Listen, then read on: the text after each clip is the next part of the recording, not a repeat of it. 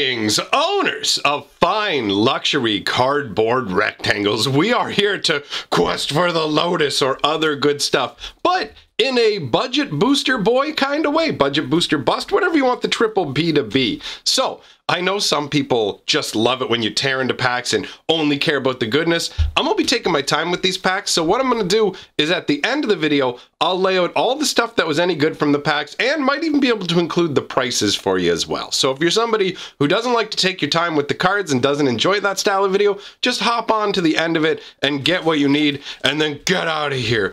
Take what you want from me and leave like you always do. Okay, let's start with the first pack. We got 3 packs, which is how many you would have for a draft. I want to appreciate some of these cards. These packs are expensive, man. It costs $25 to get these booster packs. That's crazy. Not each, like all 3 together, you know? Where? Oh, did they change her hair color? I don't think she looks like that. And they got rid of the nope on her shirt, didn't they? Interesting. They changed the art. Anyways, whatever. That's not what we're here for. All right, we got Dragon Egg. Now, this is a kind of a whatever reprint. The concept behind it's cool, though, right? You got like a little dragon here on a mound of treasure. Flavor text says, dragon birth layers are littered with treasure to entice the young from their eggs. I like that concept. And then you've got like the little dragon in his egg here. And the idea is when the egg hatches, you get a 2/2 flying dragon token. So that works from a flavor perspective. You got Howl and Golem. This card does not do anything for me. This, like, whenever it attacks or blocks, everybody draws a card. Like, this just seems like garbage. Not a fan. Ambush Viper. All right, 2 mana for a 2/1 flash death touch. It's a nice little surprise blocker, in all honesty. Like, oh, you've got a nice big creature there. Too bad my Viper bit it in the face. All right, then we got Blade Brand. This is whatever, who even cares? Cage of Hands. Oh, this is funky. This is like Spirit World Kami hands coming and grabbing something and making it immobile, and that's such a bizarre concept as a way of restricting a creature. Normally, you know, you'll have bands of light or some kind of prison magic, and this is literally just all these weird hands that are missing fingers and misshapen and stuff, just keeping you locked down. That's pretty intense. Then we got Prosperous Pirates. These are pretty underwhelming pirates, let's be real. They make a couple treasure tokens, who cares? We got Opal Palace. All right, there you go. There's one of those commander lands with really awesome artwork. What a striking Are you literally focusing on cards that aren't even on the screen right now? All right, there we go. Opal Palace, looking quite nice. That's one thing I'm bad for with the openings, is making sure stuff is in focus sometimes, because I'm looking directly at the card, right? So, Fiery Cannonade, it's okay, whatever. Do damage to non-pirates. Maelstrom Colossus, what is this? 8 mana for a 7/7 with Cascade? I mean, I guess as a draft card. The artwork's really cool, actually. I really dig this. This golem with all this crazy magical energy swirling around him. You could look at this and think he was being destroyed by it, but, you know, I guess he's harnessing the power of the Maelstrom. Then we got Ancient Animus. This is what does this do? Put a +1/+1 counter on a creature if it's legendary. Oh, it's a fight spell that'll give a bonus to a legendary creature? Whatever. Bitter Revelation. That'll probably be the rares. 1 black and 3. Look at the top 4 cards of your library, put 2 of them into your hand and the rest into your graveyard. Okay, I mean, that's all right. We got Fire Diamond. Yeah, the diamonds are okay. The artwork's pretty straightforward. The guy's literally holding a big old red gem. The Essence of Flame to stoke the spirit. Gotta admit, kind of boring, uninspiring. All right, and then we've got another pirate. Who cares? Oh, this was like, I guess this is a new one because it's got Encore, and that's a new ability to the set. So it's 3/1 flying for 4. Whenever it attacks, another creature gains flying. Whatever. It's garbage. Who cares? Strength of the pack. All right, we're getting into the uncommons. We got a better chance for goodness here. 2 green and 4 for a sorcerer that says put 2 +1/+1 counters on each creature you control. Okay, only useful in draft. Who cares? Angelic Armaments gives a creature +2/+2 flying and makes it a white angel. Flavorful, but ooh, expensive. Whatever. Supreme Will. Oh, okay. This is originally from the Amonkhet block. Whatever. Vault of Champions. Okay, we got a rare land. Enter the battlefield tapped unless you have 2 or more opponents. Oh, okay. So when you're playing Commander with more than 2 people, this is just straight up an amazing land with no downside, right? Wow, okay. Wow, that's respectable. Okay, cool. I can get down with that. Then we've got, I guess you get 2 legendaries per pack. These are going to be some of the more exciting cards. We got Ketis Emberclaw Familiar. So it's 1 red and 1 for a 1/1. It's an elemental lizard. Whenever a commander you control deals combat damage to opponent, deals that much damage to each other opponent. Ew! And it's got partner? Okay, that makes sense. So you could have a big beefy commander, drop this guy out, hit whoever your weakest opponent is, and then have that spread out across all of them. I can get down with that. And the idea of like a legendary little familiar commander is a funky concept. I like that. All right, and then we've got Anara Wolvid Familiar. That artwork is gorgeous.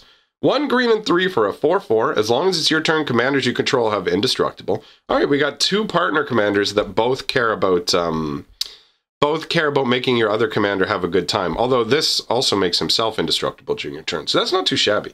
The artwork is amazing. He's like, Anara is a legendary wolf beast with these crazy like stag antlers and magical ornamentation and these braziers here that are sending like, there's smoke drifting up, but look at the way it kind of curls and then goes up in this straight line. That's amazing. This is like, it makes it feel almost like a shaman. Oh, okay, look, they both have familiar in the name. I just noticed that. They did say there'd be a familiar for each color. I like that. That's a cool concept.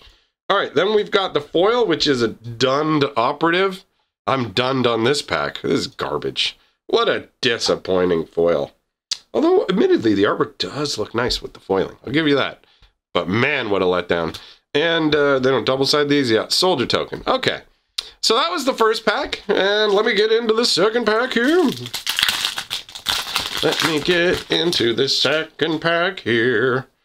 All right, we got Scrap Diver Garbage, who cares? We got Valakut Invoker, again, who cares? Just garbage. Elvish Visionary, all right, you know what? I'm gonna let you draw a card, 2 mana for green, 1/1, whatever, not too shabby. Always liked the artwork, feels pretty mystical. Briarblade Adept, which one's this? Oh, this is a new one from Commander Legends. 1 black and 4 for a 3/4. When it attacks, a creature an opponent controls gets -1/-1 till end of turn. Ugh, what trash. Who even cares with Encore? Captain's Call, make 3/1/1 soldiers. Whatever, you know. Flavor text, cool. Who among you has the courage to face certain death? Who will heed my call? That works. Then we got Spectral Searchlight. This card was way better when Mana Burn was a thing, yo. You can tap it, choose a player, that player gets to choose a color of mana, and they get 1 mana of that color. It was better when you could just be like, during your end step when you don't have nothing to do, I'm going to give you a mana, you take a point of Mana Burn. Still pretty funky. The idea that you can focus it to mana to other players is a really neat idea, and it's cool for Commander, so I like that. Then we've got Eyeblight Massacre. These are the elves from, what is it, Lorwyn? Where they hate anybody who's not beautiful. Pretty rough.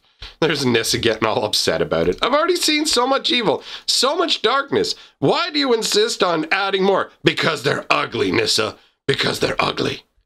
Then we've got a Charcoal Diamond. Same deal as before, just a hand holding a diamond. Whoop-de-doo. We got Welding Sparks. Wow, who cares? Entourage of Trest. Makes you the Monarch. Whoop-de-doo. Forceful Denial. That's awesome artwork, man. I love this. These like blue bands of energy wrapping around this gigantic fiery explosion while this mage stands here unharmed in like a cool misty snow kind of area. Looks great. The card itself is okay. I mean, a counterspell with Cascade in it is interesting. We got Anointer of Valor, 3/5 flyer for 6. Whenever a creature attacks, you can pay 3 to... Oh, yeah. Yikes. Garbage. Rupture Spire, who cares? Return to Dust, okay, you know what? This is a respectable uncommon. Exiles an artifact or enchantment, or if you do it during your main phase, you can actually nail 2 cards with this. You can get a 2-for-1, and it exiles them instead of destroying them, so not going back to the graveyard. That's good. Mindless Automaton has been downgraded to uncommon. Interesting. All right, Mindless Automaton's not too bad a card. I like the fact that you can pitch cards to it. Like you can pay 1, discard a card to put a +1/+1 counter on it, and remove 2 counters from it to draw a card. So it comes out with 2 counters on it, so you can be able to draw a card automatically. And you can just pitch lands and other stuff you get to grow him up, and then you can shrink him down to draw. And I like the fact that he's got 2 +1/+1 counters, and it's represented by these 2 giant arms. That's cool, you know? It's got a Kaladesh vibe to it. It looks like a nice invention, man. I dig it. Then we've got a Who Cares Sphinx. Then we've got, oh, a Sphinx that we do care about, a mythic. What are you? Sphinx of the Second Sun, 8 mana, good lord, 2 blue and 6 for a 6/6 flyer.